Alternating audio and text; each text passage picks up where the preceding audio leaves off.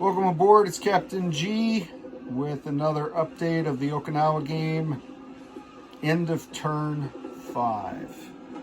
So start off with a very ineffective kamikaze attack. The Japanese sent in all 12 fighters to try to hit the U.S. carrier group and take them out, knowing this is the last time likely they would have 12 kamikazes in one turn. The U.S. sent 13 fighters, one last remaining naval fighter, and 12 Marine fighters. And out of 13, they got 11 hits, which more than made up for some of the big misses that he's had in the past. And then the last fighter was shot down by some tactical bombers that he had in the space, so the ships didn't even have to fire anti-air. The Japanese reinforcement were raids of 4 Marines. It turns out it was supposed to be in this zone and this zone. We had to roll to see if the Marines made it ashore. The 4 Marines over here did not. And the 4 Marines here did, which was critical because there was only one defending Japanese artillery in this space. The 4 Marines got to do 1 round of attack with no U.S. counterattack, and then they joined the space. They didn't get any hits, I don't believe. But now there were 5 Japanese units in the zone, which was critical. So that was point 3. I went out of order. Point 2, when the Japanese pillbox positions were attacked by his shore bombardment, he hit these 3 zones here, only got 1 hit out of, I think, 13, 14 shore bombardment hits, or shots rather.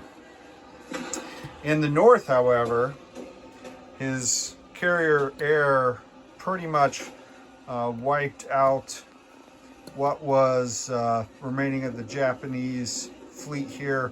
The battleship Yamato was finally sunk, getting its 4th hit, and joined the dead pile.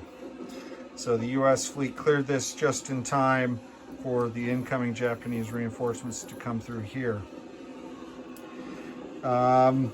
Point 5 in the northern zone, as predicted, the truck brought over the infantry. The artillery fired and missed, so these guys will be gone, and these guys will be useless. They can't move in here to retake the position, and you already see the Army and the Marines leaving. If this armor wants to go through, they've got to break this middle island bunker, but that's the northernmost Japanese position that's in play. Again, these guys being essentially useless. While these northern forces move around to the southern half of the island to aid the Marines and Army who are still stuck at this airbase. So that was 5. 6 in the middle part of the island. The militia that were threatening the air bases and the artillery that was firing on the surrounding U.S. landing forces were finally wiped out. 7, so the Marines and the artillery, after 2 rounds of combat, all the Marines were wiped out. That 1 artillery that was there at the start of the round survived, which meant the airbase is still in Japanese hands, and we get 1 more round of 4 kamikazes. In the north here, where the Marines did not get ashore, the Imperial Japanese Navy Marines, the defending forces Japanese forces were wiped out after 2 rounds of combat, and the U.S. has taken control of this airfield, and 4 new Marine Corps Corsairs. So down to 8 Japanese kamikazes for the next round. So that is the update. On the next round, the Japanese reinforcements will be 4 destroyers, 4 transports, 6 infantry, 3 artillery, and an armor every turn for 3 consecutive turns. And when we rolled for initiative, for the first time in the game, the Japanese came out on top. The U.S. rolled a 4, Japan rolled an 11, even with the -2, that's still 9. So the Japanese will get to go first in their attacks and their moves.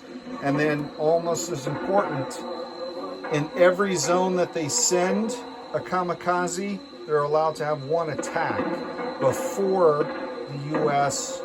Gets to shoot at them.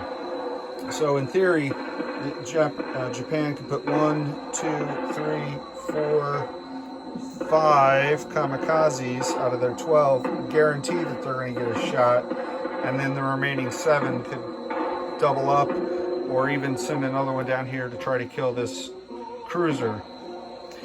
That's the end of round 5 of HBG's Operation Iceberg, the invasion of Okinawa. Heavy casualties on both sides.